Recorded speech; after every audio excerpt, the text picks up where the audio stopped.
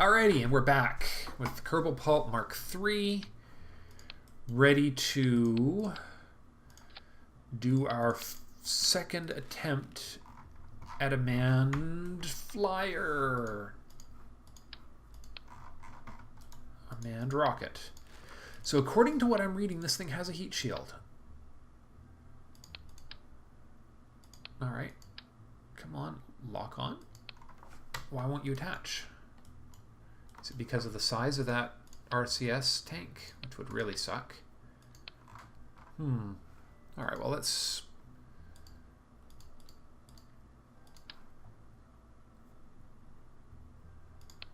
Really? That's interesting. Was this thing... I may have messed something up. Okay, let me reload. Oops. Kerbal Pulp Mark III. Switching to Roman numerals. It's very Kerbal. Very Kerbal. Alright, let's get rid of that. Put this back in. And attempt... No. Interesting. Okay, maybe that messes things up. Let's start clean. Forget about it. Obviously something doesn't... There we go. Alright, except we need to make sure as few things are attached to this during final reentry as possible, which means being able to deposit...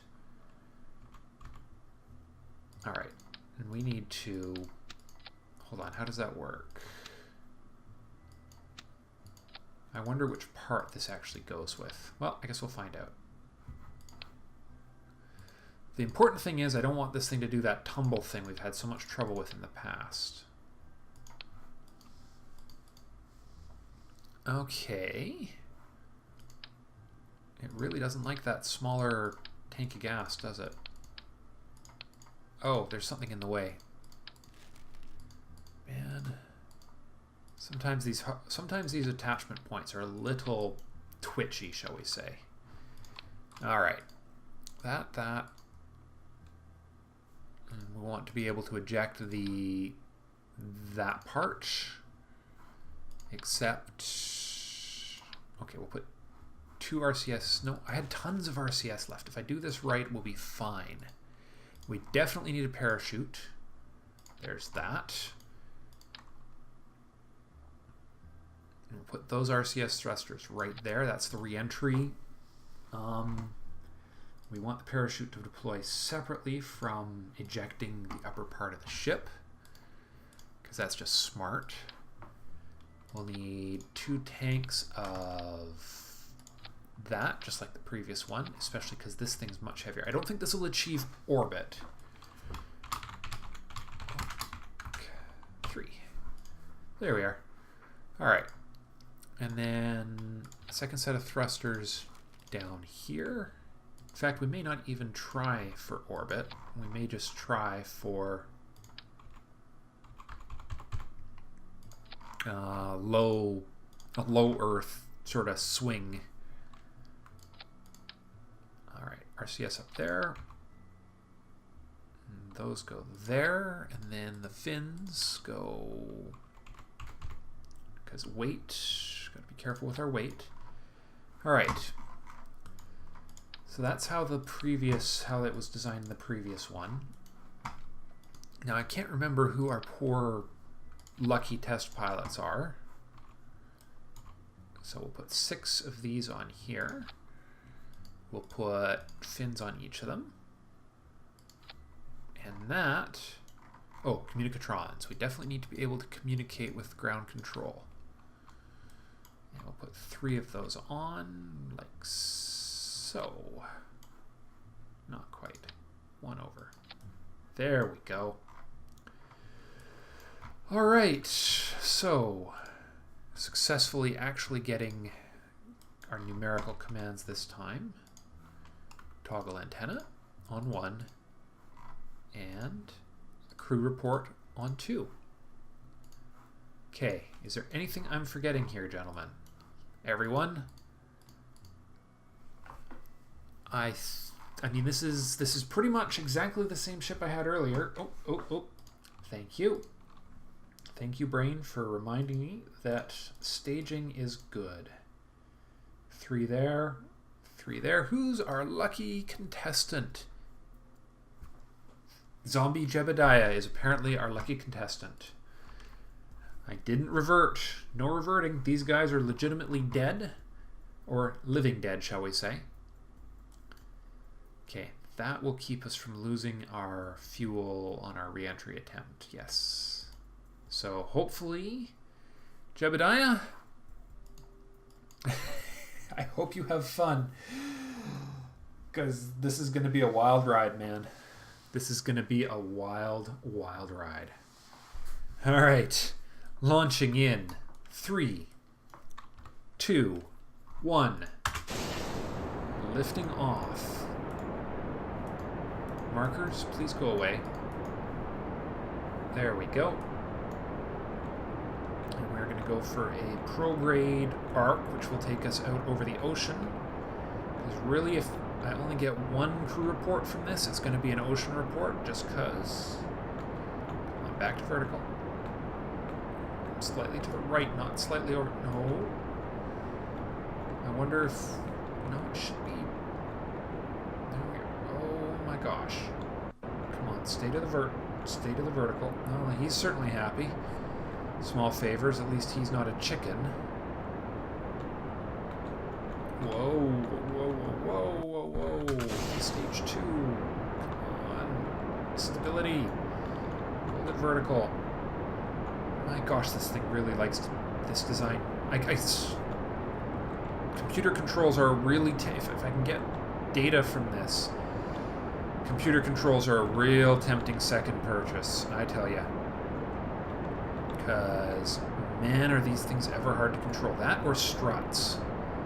My goodness, I miss the struts. Because you see how this thing's twerking as we go up? That's... struts can solidify a lot of that trouble.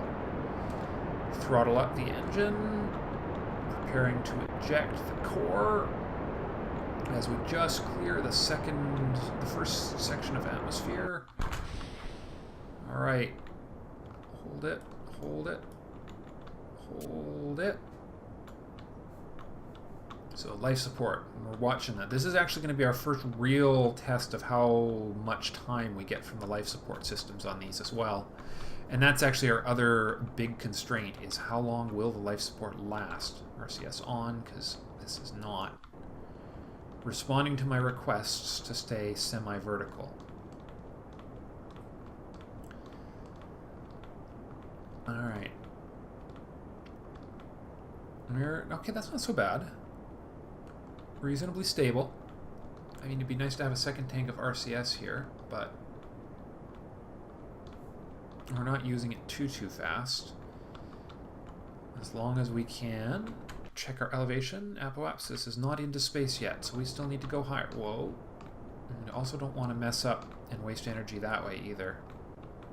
Alright, we're technically in a scary low orbit now.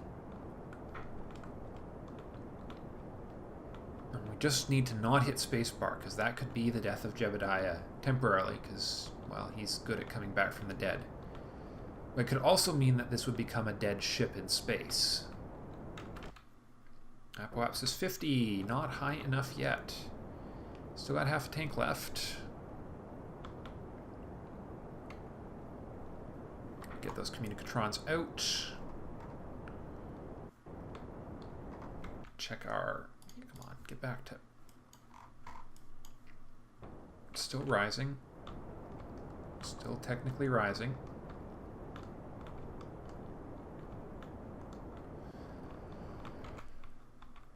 Alright, this thing won't get a Kerbal into orbit, but it might let me do some sort of localized testing, shall we say. 60, let's see. Crew report, still in the upper atmosphere. Set experiment. 75, let's widen this out a little more. This isn't going to be in orbit by any stretch, which is okay. It's okay. You're not going to be the first Kerbin in orbit, Jeb. We may actually roll dice for that. But you might be able to get more than one report for me, and that would be kind of nice too. Crew reporting in from space above the water. Transmit that data back, Jeb. Thank you. It's going to have to go a lot wider than that to get me any additional data. And it would also be good to not tumble quite as much as I am. So let's kill the engine before we actually wind up with a landing on land. RCS ourselves around. Actually, no, I gotta keep the batteries. I gotta keep the batteries. Gotta remember these things. Keep the batteries. For gosh sakes, keep the bloody batteries. But we'll tip this thing to retrograde for our eventual return. This is our first Kerbal in space. He's just going to report about the ocean, but that could be enough. I want to keep one tech's worth of points in reserve unless barring something going horribly wrong. In which case, I would buy the tech I need to fix said thing that is going horribly wrong. Okay. All right, that's worked out reasonably well. So there's our retrograde. We're just at the periapsis. We've only used up 13 so far of our life support available, which is good. That's actually not bad. I mean, we're not going to be able to do super duper crazy high orbit craziness here without a life support enhancement system or something, I guess. Come on, back to the right angle here. We've got lots and lots of... So I could also use this to arrest the orbital velocity of this thing. You know, to... I could use my remaining engine here to slow down my re-entry a little. All right. We've got science. It's very round from above Kerbin's water. We've already got that, but we'll keep it. I wish I could tell how much momentum we've got, but okay, that's not so bad. All right, so here's what we'll do. I have something of a crazy plan here. As we make our way back down into the atmosphere at an ever-increasing speed, we're going to burn off our remaining engine fuel, just basically slowing ourselves down here, or at least, you know, maintaining that speed exactly where it is. Now, the tech tree said this thing had a heat shield. The system information said it had a heat shield. Oh, no, we're still gaining speed. There we are. We're going to arrest our speed just a little so we don't hit the planet quite as hard. Come on, retro, retro, retro. Retro that burn.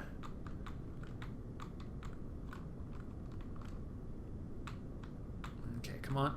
Back to where you were. I guess it's also possible I've gotten a little more skilled at getting these slightly screwy things into orbit in the first place. Alright, let's burn off, because we're going to need to get rid of this thing. Just a nice big spike of speed. Alright, now the question is, alright, so we need to get rid of this and get some distance between us and it. We have, oh shoot, so there's our problem. We're going to run out of it's going to run out of batteries. I think I'm going to kill Jeb. Shoot, guys, shoot, shoot, shoot. It's going to die. Note to self, batteries up here. Well, okay, here comes the atmosphere, getting rid of the additional hazards to navigation. 3, 2, bye, Jeb. Well, I might as well deploy the parachute here at the last second, hopefully. Oh, yeah, there we are. Okay, I'm sorry, Jeb. I screwed up. That was all me. And you know what? He probably would have made it if it hadn't been for that. Well, It's okay, he'll be back. They always get better. Jeb, Bill, and Bob. They are the living dead Kerbals. I think I've killed Jeb 5 or 6 times now. I should start keeping count. Well, no sense in watching this hit the ground. We'll head to the Space Center and we'll let Jeb's mausoleum explode in privacy. Oh, never mind. I can't. I have to watch this happen. I have to watch the can full of dead Jeb hit the water like a ton of bricks. 3, 2, 1, boom. Alright. Sorry, Jeb. A slight redesign of this ship is in order. We will learn from our unfortunate mistake. But let's see how much research he got us. Your death will not be in vain, but it will also not get us a second technology. Alright, I have no idea how long that was, but I think we'll cut it here, and we'll do another attempt at swinging a Kerbin over top of the land in the next episode. Thank you all very much for watching. I'll see you next time.